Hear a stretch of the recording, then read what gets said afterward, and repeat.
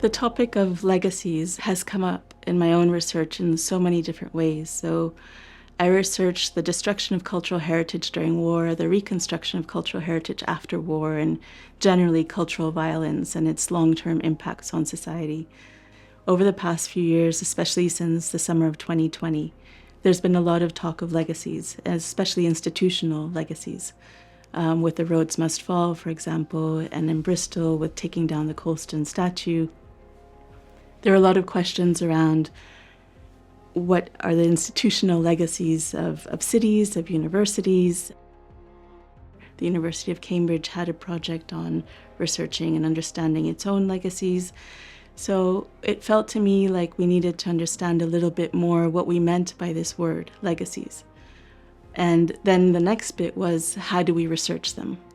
So it's very much a multidisciplinary conversation where we wanted to bring together people from around the school, from law, from philosophy, from politics, economics, sociology, social anthropology, archaeology, you name it, and really try to understand how within each discipline we understand the word legacy. What does it mean? Is it something that is from the past, shaping the present? Is it about how we in the present want to shape the future? What's the momentum behind this idea of legacies? So we organized 3 workshops, one on definitions, what do we mean by legacies, one on legacies in place, and the other one, a broader one about legacies in colonialism. So in each of these workshops, the first one was really very much about building conversations within the School of Humanities and Social Sciences here in Cambridge. The second one was collaborative with Essex, and the third one with the University of Coimbra. And in each of those workshops, we've kind of built from definition to place to a larger kind of historical context in terms of how we were thinking about legacies.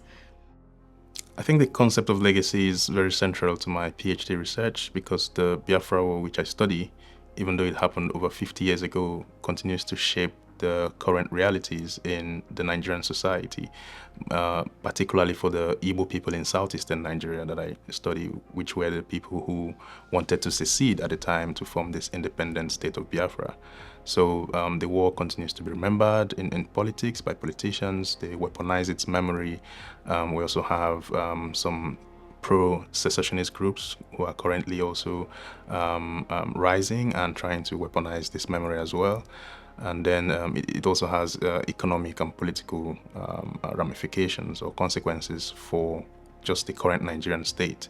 So it was really important to not only study the war, but to see how these legacies affect the cultural heritage side of things, especially collective memory, monuments, memory making, and all other aspects of critical heritage studies.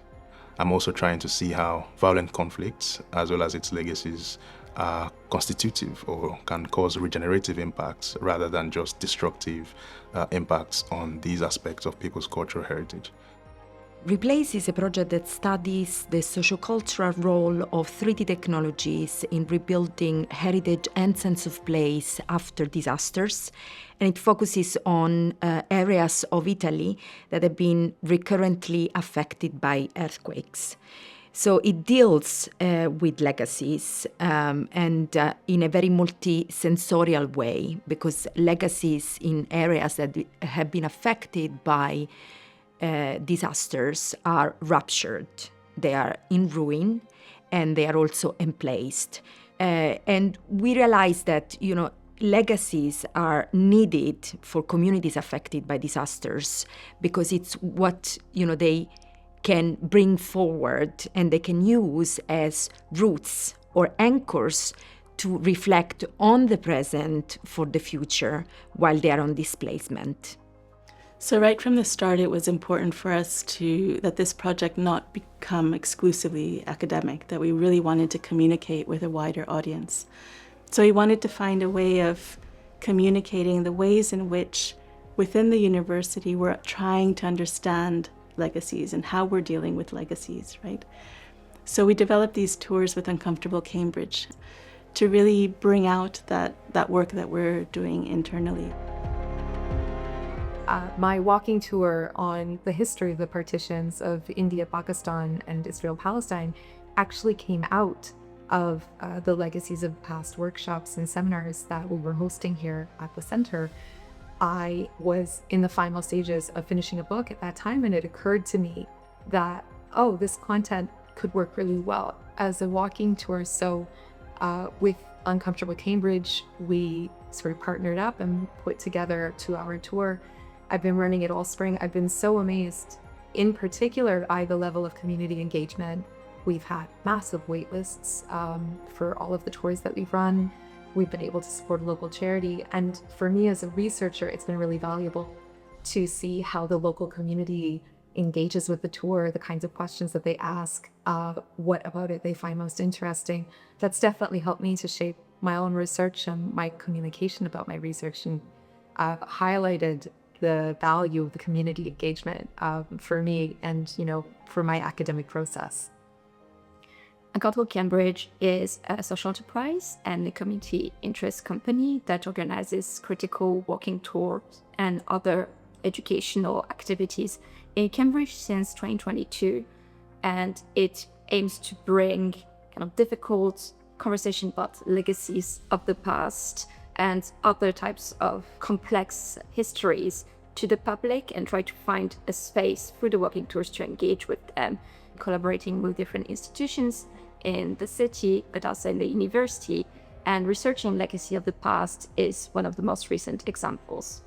Well, we use the word uncomfortable because it's an interesting word in the way it's used in Britain.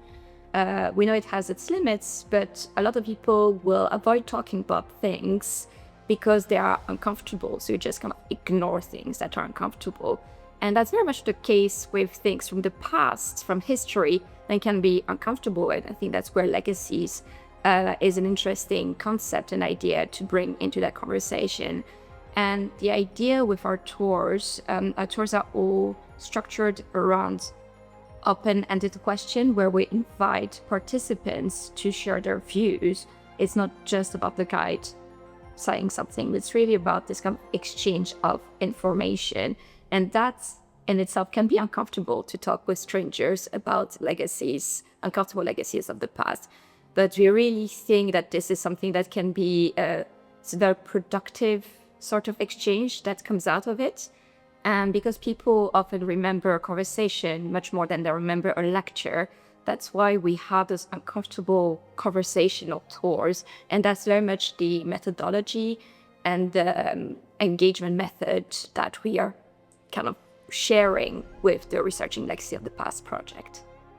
I think the importance of legacies for society at large is also, we throw this word around a lot, and it maybe is just important to understand again, what do we mean by a legacy, especially if we're thinking about the transmission across generations of,